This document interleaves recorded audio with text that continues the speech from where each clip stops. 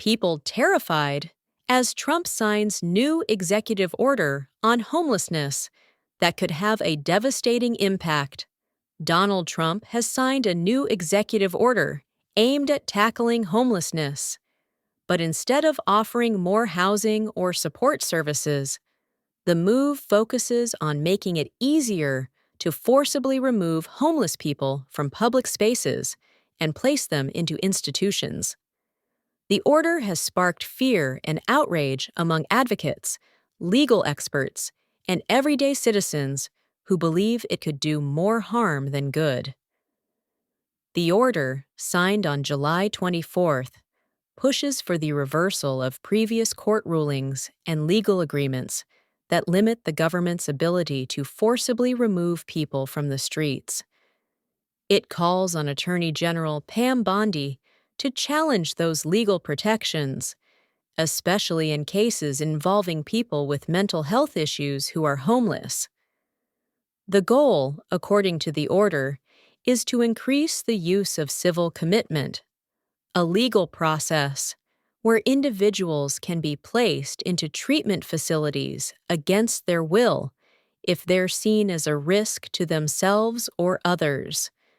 The language of the order argues that putting homeless individuals into long-term institutions is an act of compassion, claiming it will restore public order and safety.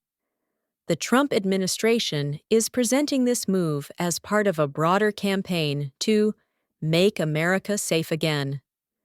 According to White House Press Secretary Caroline Leavitt, this strategy involves removing vagrant criminals from the streets and redirecting resources toward addiction recovery and mental health treatment programs. But critics say this approach misses the point and will likely make homelessness worse, not better. The National Homelessness Law Center, NHLC, has been especially vocal in condemning the order. In a statement, they called it dangerous, unethical, and likely illegal.